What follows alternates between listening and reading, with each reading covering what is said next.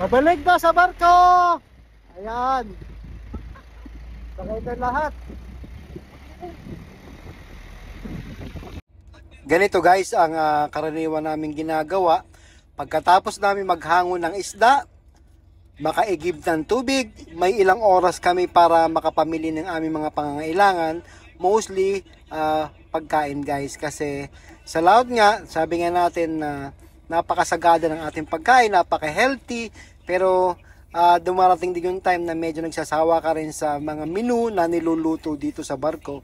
Kaya naman yan yung pinaka the best time namin makabili ng mga pagkain na nami-miss natin pag tayo nasa laot. Lalo na kung naubusan na tayo ng supply ng karne or other goods na siya nating inuulam sa laot. Kasi hindi naman po lahat talaga ay ang mahilig talaga sa isda. Siyempre, kapag wala ng pansahog, wala ng ingredients yung ating isda, puro sabaw na lang na talagang parang nasa aquarium na lang, or puro paksiw, puro prito, puro sigang.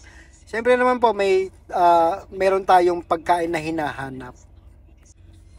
Dumating na nga kami guys dito sa Fishers Wharf, kung saan nagpapasalamat tayo dun sa ating isang manager nung ating store na pinuntahan, dahil nga ipinahatid kami dyan sa truck na yan, sa elf na yan, dahil medyo mabigat din nga yung ibang na pamili natin. Kita nyo naman may mga kahon-kahon. Kung maglalakad tayo guys at talaga namang yan ay mamanu-manuhin natin, medyo malayo-layo din ng konti, siguradong lawit ang dila mo dyan at hingal ka dahil medyo mainit-init din. Ay talaga namang napakaswerte pa rin kasi sa mga pinupuntahan natin may mga nakikilala tayo ng mga Good Samaritan. Siyang isa sa naging instrumento para hindi tayo mahirapan sa pagdadala ng ating mga gamit. Yan po ay free. Free dahil doon kami namili sa kanila. Kaya shoutout sa iyo, manager ng Soho dyan dito sa Rabaul, Papua New Guinea. Ayan, sasakay na tayo sa speedboat.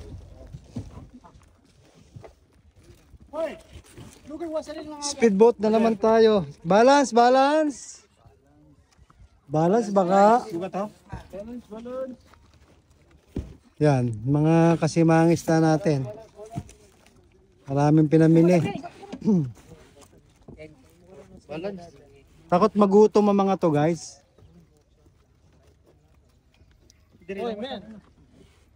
Oh. Already? Dito yung iba. Dito ka, B1 dito ka. Para balance. Ayan. Who's that? Who's that? One trip. Who's that package, oh? Hey! Stop! Come on, Yung kalala na speedboat. Balik na kami guys sa barko. Si tufla na to kumol golusilo si. Mga bata yung driver natin guys.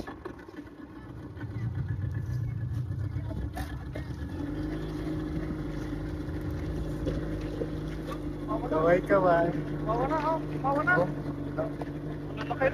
Araya! Tumatagilid masyado. Nakatakot. Naku, namatay pa. Overloaded! Namatay pa ang speedboat, pusang alaws. Nasaan ba si Jessica? Ayun, malapit lang.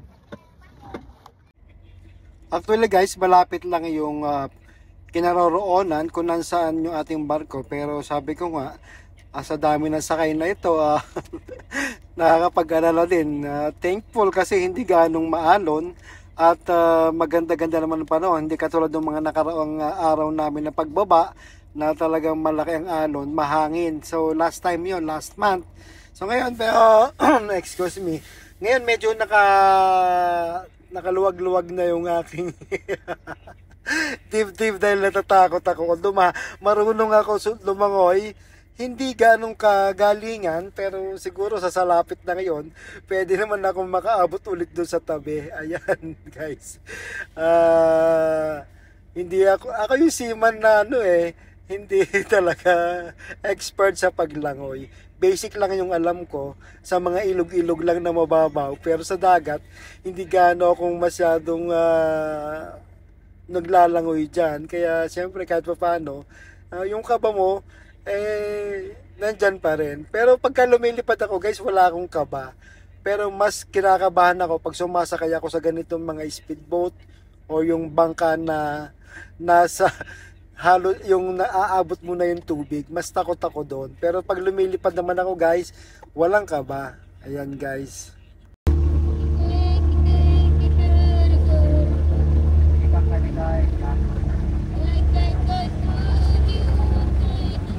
Down pas berapa? Raket Burjo.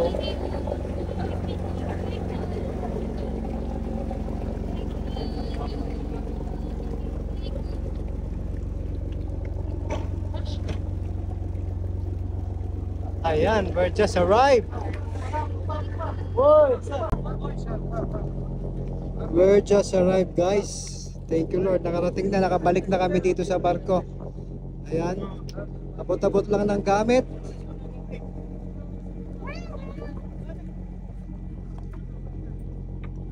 Mga akit barko na to guys.